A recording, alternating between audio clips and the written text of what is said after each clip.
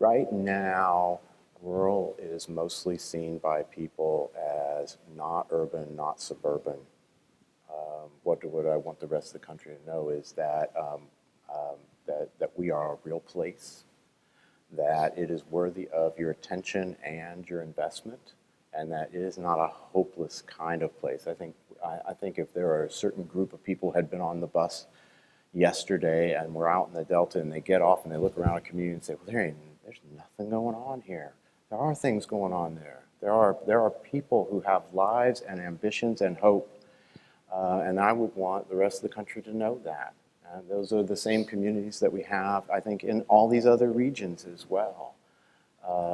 There's a reason that people choose to live there. They're not trapped, not all of them. And I think the narratives are wrong.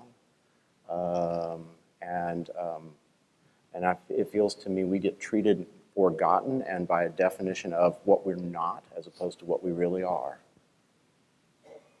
I would say that we are not all scary people down on the border waiting to come take over your country. And that we are a population that is growing. We're growing naturally. And we want to work. We want to be a part of this community, a part of this country. I would just say that Indian country is a safe bet, not to be afraid of sovereignty, and if you want to work within Indian country, there are plenty of conduits to help you do that. Thank you. The challenges facing these communities are significant, and they all require capital. They require investment, whether it's housing, education, healthcare, jobs. They all require capital, which is sorely lacking in these communities. All policy should have inserted in it language that increases investment in persistent poverty areas.